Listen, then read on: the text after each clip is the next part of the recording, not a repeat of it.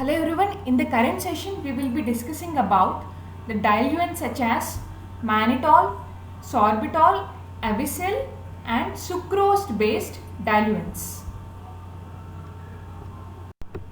Coming to the next diluent, it is mannitol.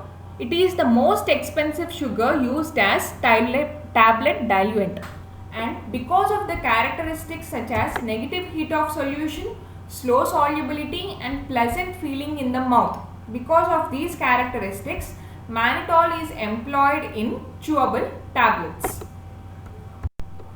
Now the most expensive sugar used as tablet diluent, it is relatively non-hygroscopic. This is also an important characteristic of mannitol. It is relatively non-hygroscopic and can be used in vitamin formulation where moisture sensitivity is a concern.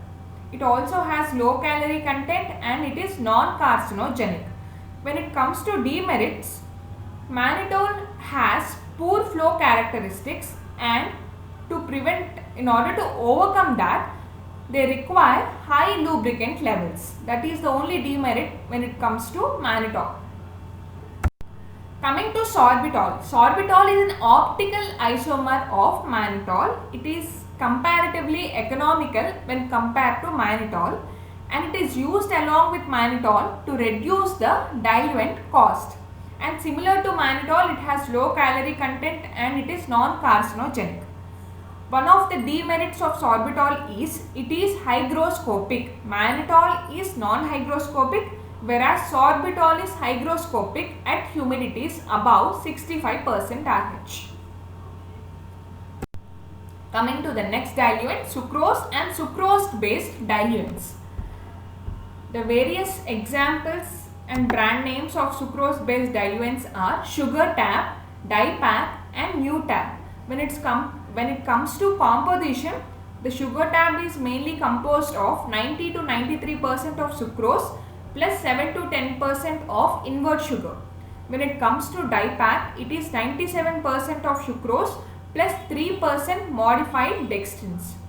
When it comes to NewTab, it is 95% sucrose plus 4% invert sugar plus additionally small amount of cornstarch and magnesium stearate. These are the compositions of sucrose based diluents: SugarTab, DiPAC and NewTab. So overall, sucrose based diluents are available for direct compression, and some are employed along with or without mannitol in chewable tablets. Coming to the demerits, they have a tendency to pick up the moisture when exposed to elevated humidities, and they are also avoided in the products of diabetes, as a diabetic may be exposed to multiple gram quantities of sugar. Coming to the next diluent, it is microcrystalline cellulose. The trade name is Avicel, which is widely employed as a direct compression material.